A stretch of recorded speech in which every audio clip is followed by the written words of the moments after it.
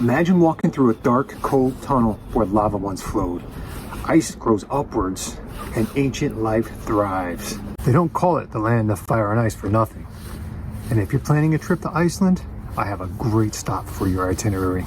Join me as we explore one of Iceland's amazing lava tunnels. We'll begin in Reykjavik at the taxi hub, hop on a bus some 35 minutes to the destination. We are back at the Reykjavik Taxi Center, Reykjavik Excursions. We are going to go on a lava cave tour.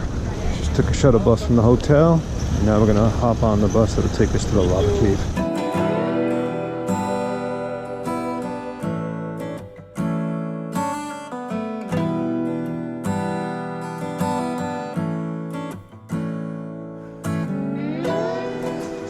This is outside of a lava tunnel. This is our driver. Yeah. I'm filming. So. You are filming? I am filming, yes. Yes. Okay, yeah. Check my light. 3 levels. So we have to have the helmets on at all times in the cave.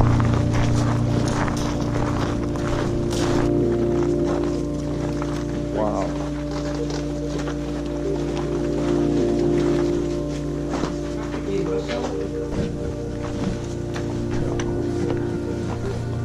This is incredible. So I would like to welcome you to Raufarholshellir. Can you all say that with me? Raufarholshellir. Oh, pretty good try. The cave and the lava field around us was created during an effusive eruption about 500 years before the construction of the Great Pyramids of Giza. And the lava field goes all the way to the ocean this way, some 20 kilometers from the crater, and all the way to the ocean by Reykjavik that way, some 30 kilometers this way. The rock cools down, it shrinks a little bit like most materials do when they cool, and they start to crack, as you can clearly see on the walls. So those are contraction cracks because the rock contracts as it cools down. We had a pretty big earthquake last week, so a lot of it came down then. No.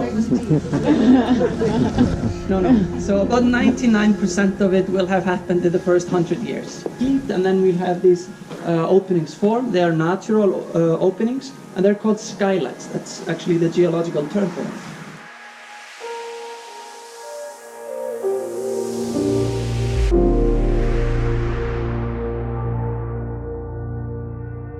There is definitely something living in the cave.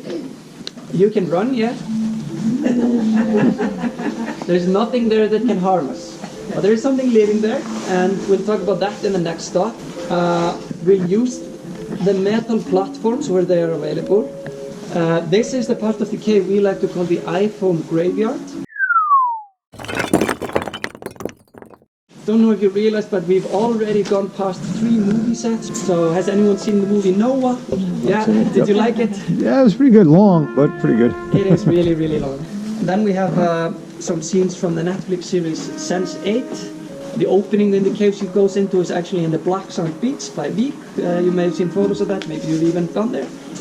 So that's how movies work. She goes in that cave and then Hocus Pocus is in here.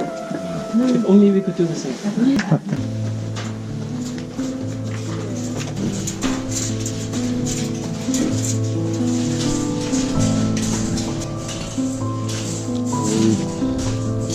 $64 is not enough.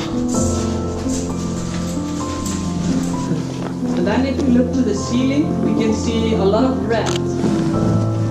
And if the rock is glowing hot when it comes in contact with oxygen, the iron can oxidize or rust. And that is essentially what has happened.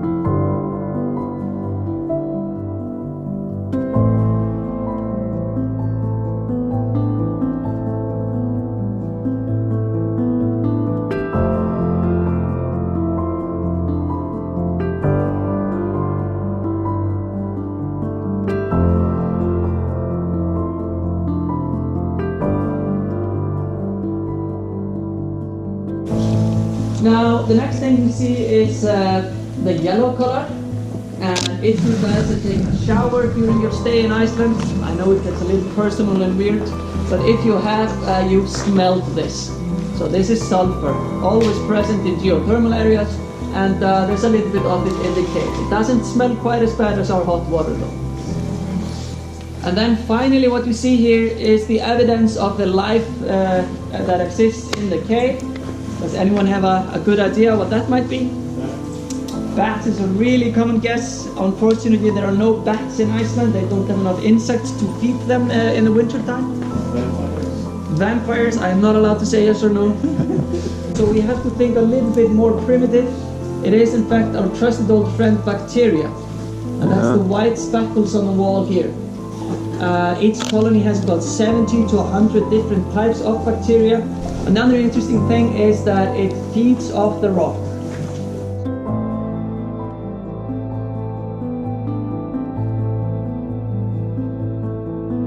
This means that astrobiologists have a very keen interest in this bacteria. The reason is that on Mars, for example, you have a lot of iron oxide, that's why it's called the red planet. They have lava tunnels on Mars, and if the bacteria can survive here in a lava tunnel, they figure it will also survive on Mars.